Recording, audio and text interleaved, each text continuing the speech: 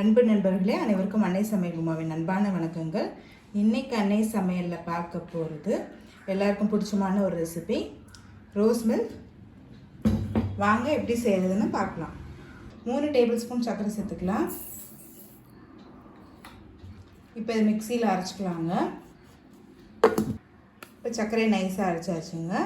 இது மாதிரி அரைச்சி ஒரு ஏர்டைட் கண்டெய்னர் போட்டு வச்சுக்கிட்டிங்கன்னா போதும். நம்ம ஜூஸ் போடும்போது ஈஸியாக இருக்குங்க. ஏன்னா சர்க்கரை அவ்வளோ சீக்கிரம் கரையாது ஐஸ் வாட்டரில்.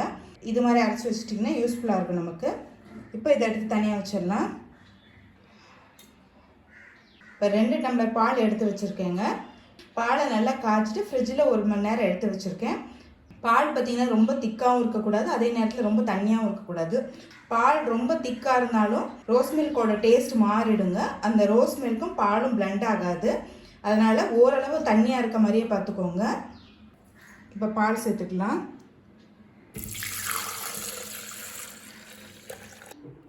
இதுதாங்க ரோஸ் சிரப்பு. இது எல்லா கடைகளுமே கிடைக்கும். இது ஒரு தடவை வாங்கி வச்சிட்டிங்கன்னா போதுங்க, நம்ம நிறைய தடவை யூஸ் பண்ணிக்கலாம். இப்போ 2 டேபிள் ஸ்பூன் ரோஸ் சிரப் சேர்த்துக்கலாங்க.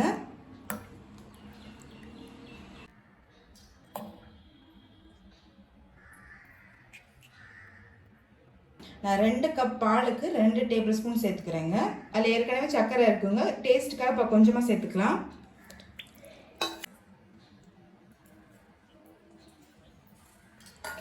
ரெண்டு டேபிள் ஸ்பூன் அளவு சேர்க்குறேன்.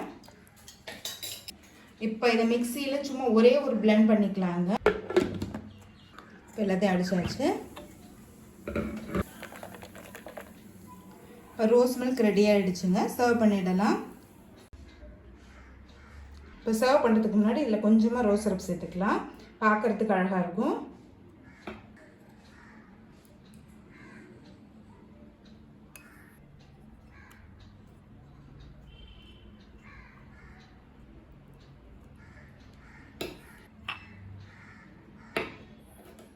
இப்போ இதில் ஐஸ் க்யூப் சேர்த்துக்கலாங்க.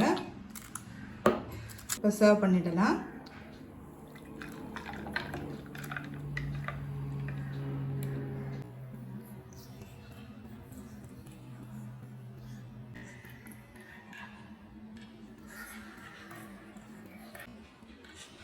இப்போ சுவையான ரோஸ் மில்க் ரெடி ஆகிடுச்சுங்க. ரெசிபியை ட்ரை பண்ணி பாருங்கள், கண்டிப்பாக உங்களுக்கே பிடிக்கும். ரெசிபி பிடிச்சிருந்ததுன்னா வீடியோவை லைக் பண்ணுங்கள், கமெண்ட் பண்ணுங்கள், ஷேர் பண்ணுங்கள். இது வரைக்கும் அன்னை சமையல் சேனலை சப்ஸ்கிரைப் பண்ணாதவங்க சப்ஸ்கிரைப் பண்ணுங்கள். தேங்க்யூ.